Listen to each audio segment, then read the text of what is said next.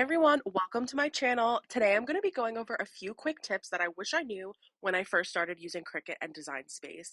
These are the main functions and editing tools that you will see when making any type of project within the platform.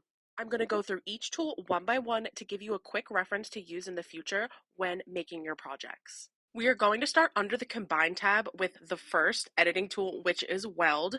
This is probably my most used tool within the platform, so I wanted to start here. Weld is when you can take two different objects and combine them into one. So when you send them to the cutting mat, they will be permanently together. When you move them around, they move at the same time. When you distort the images, they will distort as one. There's no going back and removing this action in the future. They are permanently welded together. Compare this to Unite, which is pretty similar to Weld.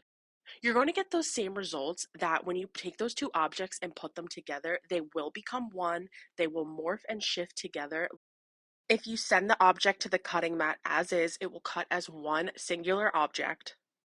Any edits you make to the objects will act like Weld, but the best part about this one is that in the future, if you decide to go back, you can actually go back to that Combine tab with those two objects highlighted and click Undo Unite. This will remove them, make them two separate objects once again, just like when you started.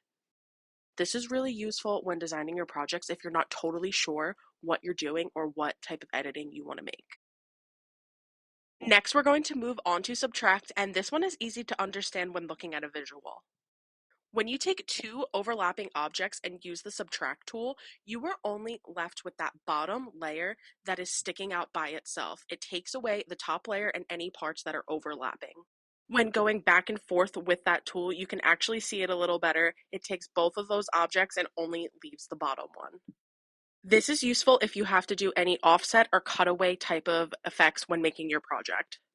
When you take two objects and use the intersect function, you are only left with that small portion that is overlapping in the center.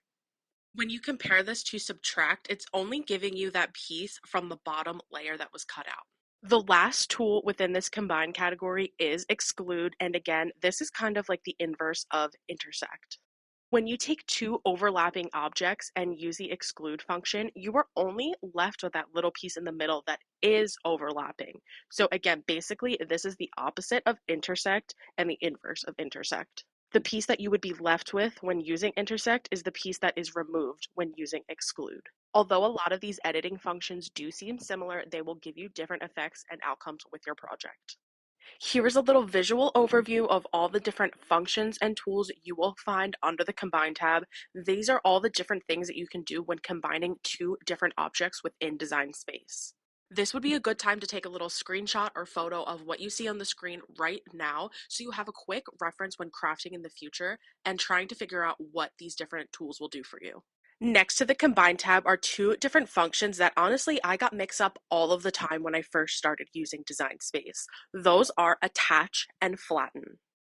When using Attach, you take two separate objects. They don't necessarily have to be overlapping by any means, but what Attach is going to do is make them stay frozen together exactly where they are, and they will cut out exactly where they are together on the mat. You'll see that when I actually show you the screen of the cutting mat, these two objects will be permanently frozen together, but they are still two objects. They will cut as two separate objects, but in that exact spot that they were attached.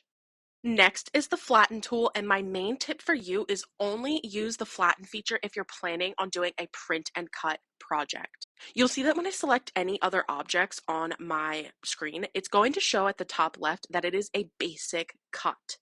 But when you take two objects and flatten them, that part in the top left of the screen will turn to a print and cut project. This is how you know that you used flatten correctly. When looking at a preview of your cutting screen, it's immediately going to show you the print portion first. This is the part that would print out of your printer before sending it to the Cricut to cut. So you know that if you see this screen within your mat preview, you have used flatten either accidentally or on purpose, but you know that that is why you are seeing that preview screen. Although there are a ton of different functions you can use within Design Space, these are the 7 features that typically get people the most tripped up. I hope this video was helpful and can act as a reference for you in the future when doing any Cricut projects. Make sure to follow this channel and like this video for other crafting tips in the future. Thanks for watching!